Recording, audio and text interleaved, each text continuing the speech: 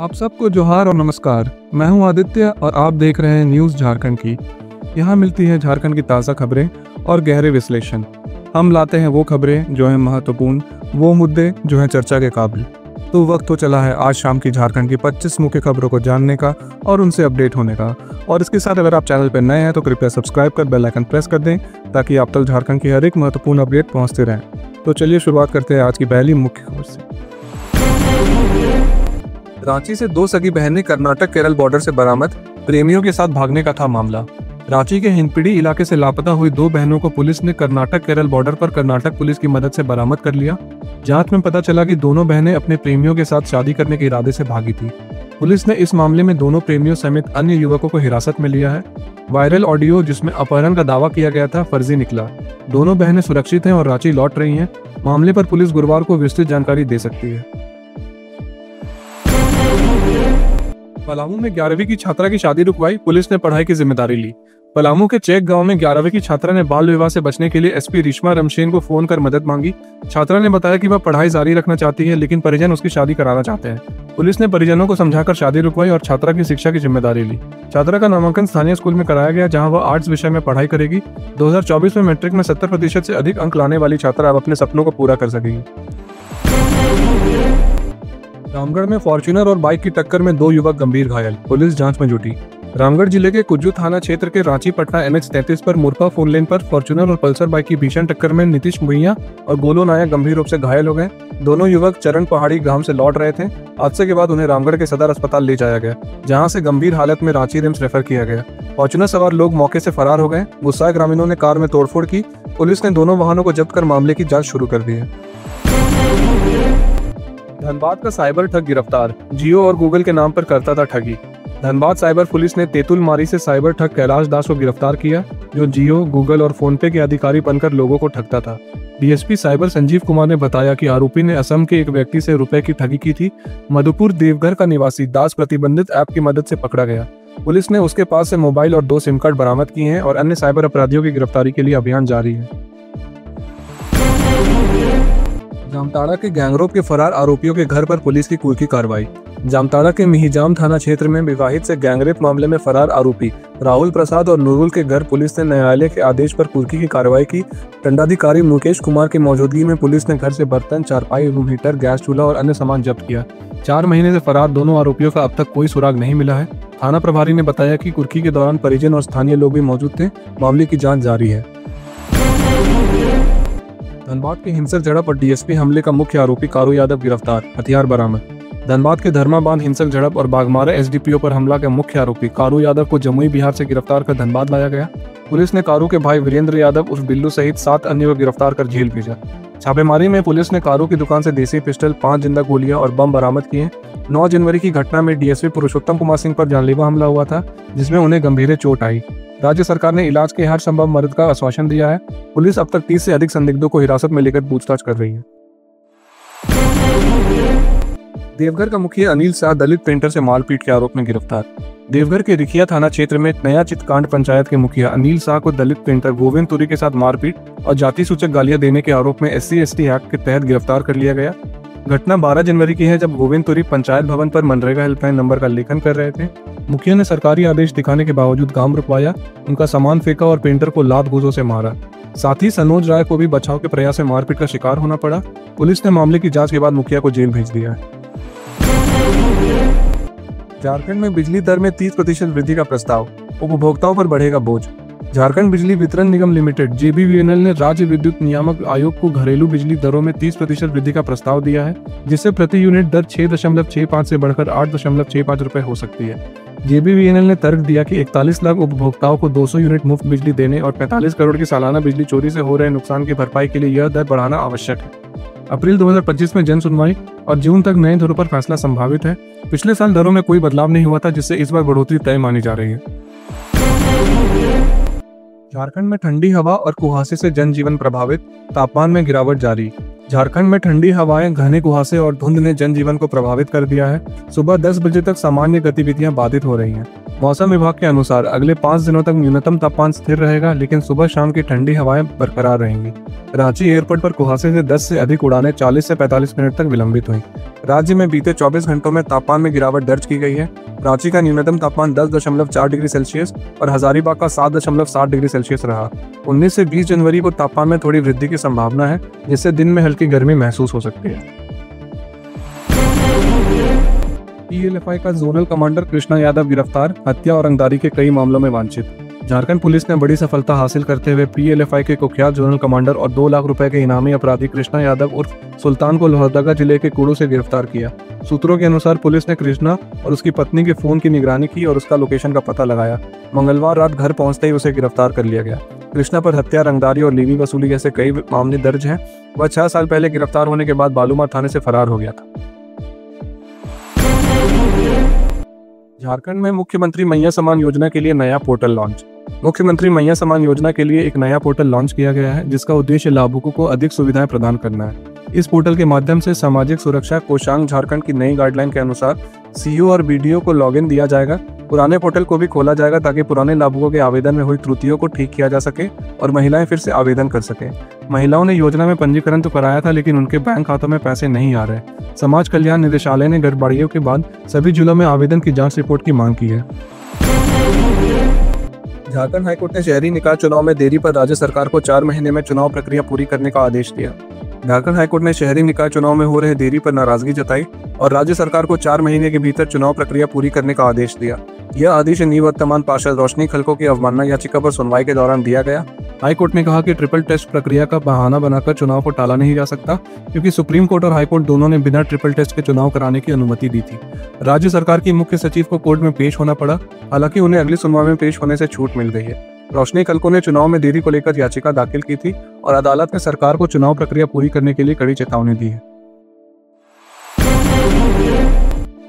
Jharkhand police के 300 दरोगा को इंस्पेक्टर रैंक में प्रोन्नति। 19 जनवरी से होगा अनिवार्य प्रशिक्षण। झारखंड पुलिस के 300 दरोगा स्तर के अधिकारियों को इंस्पेक्टर रैंक में प्रोन्नति दी जाएगी, लेकिन इसके लिए उन्हें 8 सप्ताह का अनिवार्य प्रशिक्षण प्राप्त करना होगा। यह प्रशिक्षण 19 जनवरी से झारखंड पुलिस अकादमी हजारीबाग में शुरू होगा। सभी संबंधित अधिकारियों को अकादमी में रिपोर्ट करना होगा। एसपी, इकाई प्रमुख और प्राचार्यों को यह सुनिश्चित करने का निर्देश दिया गया है कि प्रशिक्षण में कोई रुकावट न आए। पाकुड़ में सांसद विजय हांसदा ने आयोजित किया जन संवाद कार्यक्रम। होमगार्ड जवानों की समस्याएं उठाई गई। राजमहल लोकसभा सांसद विजय हांसदा ने पाकुड़ के सर्किट हाउस में पहले जन संवाद कार्यक्रम का आयोजन किया, जिसमें बड़ी संख्या में स्थानीय लोगों ने अपनी समस्याएं रखी। इस दौरान झारखंड होमगार्ड वेलफेयर एसोसिएशन के अध्यक्ष राजेंद्र कुमार शाह और सचिव रामानुजम कुमार ने होमगार्ड जवानों को ड्यूटी नहीं मिलने की समस्या उठाई। सांसद ने मामले का तत्काल संज्ञान लेते हुए डीसी को समाधान का निर्देश दिया। कार्यक्रम में विभिन्न प्रखंडों से ग्रामीण ने भी अपनी समस्याएं साझा की और सांसद ने क्षेत्रीय समस्याओं के समाधान का आश्वासन दिया। चाईबासा का गुदड़ी थाना, नेटवर्क की गंभीर समस्या, जुगाड़ से होती है संचार। पश्चिमी सिंहभूम के गुदड़ी थाना क्षेत्र में संचार की गंभीर समस्या का सामना करना पड़ रहा है। यहाँ तैनात पुलिस कर्मियों को मोबाइल नेटवर्क के अभाव में पानी की टंकी या टीले पर चढ़कर कॉल करने की मजबूरी है। गुदड़ी एक अति नक्सल प्रभावित इलाका है, जहाँ नेटवर्क फेल रहता है और लोग अक्सर टीन के डिब्बे और लोहे के स्टैंड से सिग्नल पकड़ने की कोशिश करते हैं। इसके अलावा गुदड़ी प्रखंड में इंटरनेट की समस्या भी है, जिसके कारण लोग ऑनलाइन कार्य के लिए 50 किलोमीटर दूर सोनवा प्रखंड कार्यालय जाते हैं। स्थानीय विधायक ने प्रशासन से इलाके में संचार सुविधाओं को सुधारने की मांग की। खूंटी में अफीम विनिष्टीकरण, ग्राम सभाओं का जागरूकता अभियान रंग लाने लगा। खूंटी जिले में अफीम विनिष्टीकरण की पुलिस कार्रवाई के साथ साथ जागरूकता अभियान भी सफल हो रही है।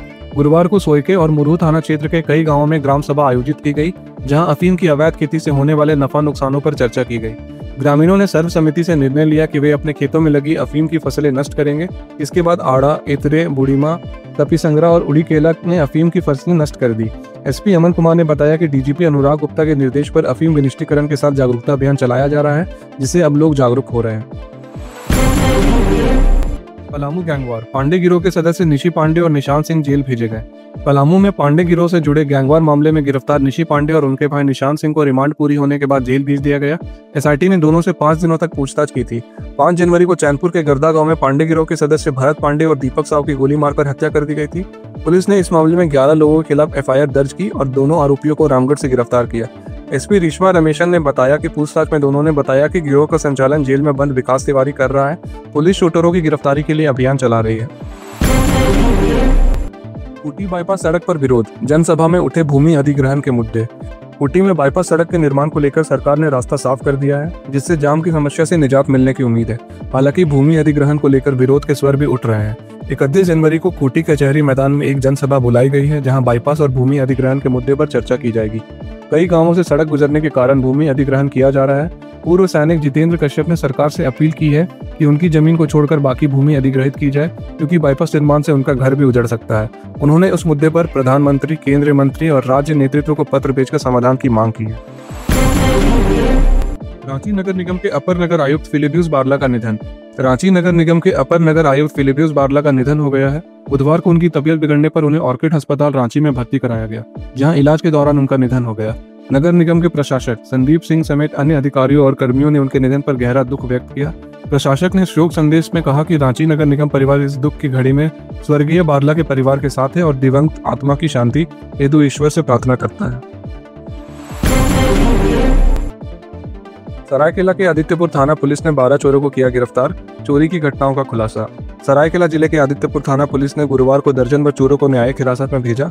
पुलिस ने इनके पास से चोरी किए गए 15 मोटर के कटे हुए पार्ट्स, 150 किलो लोहे का बीम और एक जंग लगा हुआ मोटर बरामद किया।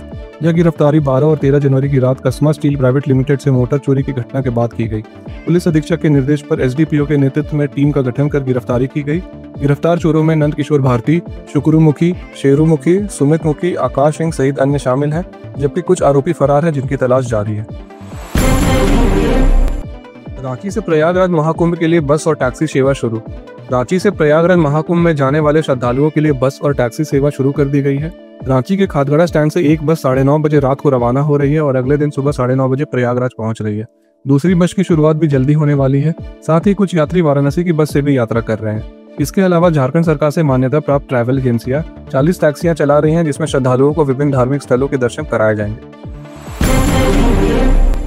झारखंड जेएसएससी सीजीएल परीक्षा में गड़बड़ी की जांच। सीआईडी की एसआईटी को नहीं मिले पेपर लीक के साक्ष्य।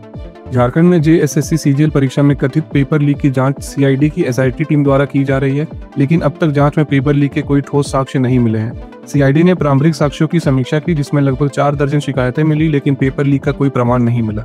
सीआईडी ने 18 दिसंबर को रातू थाना में राकेश कुमार के बयान पर मामला दर्ज किया और फिर इसे टेकओवर किया।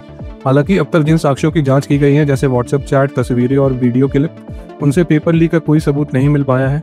सीआईडी की जांच अभी जारी है और आरोपी की संलिप्तता की पुष्टि करने के लिए नई मोबाइल फोन की एफएसएल से जांच करवाई जाएगी। झारखंड में मनरेगा में पिछड़ने की स्थिति। 20 लाख परिवारों में से महज 30,000 को मिला काम।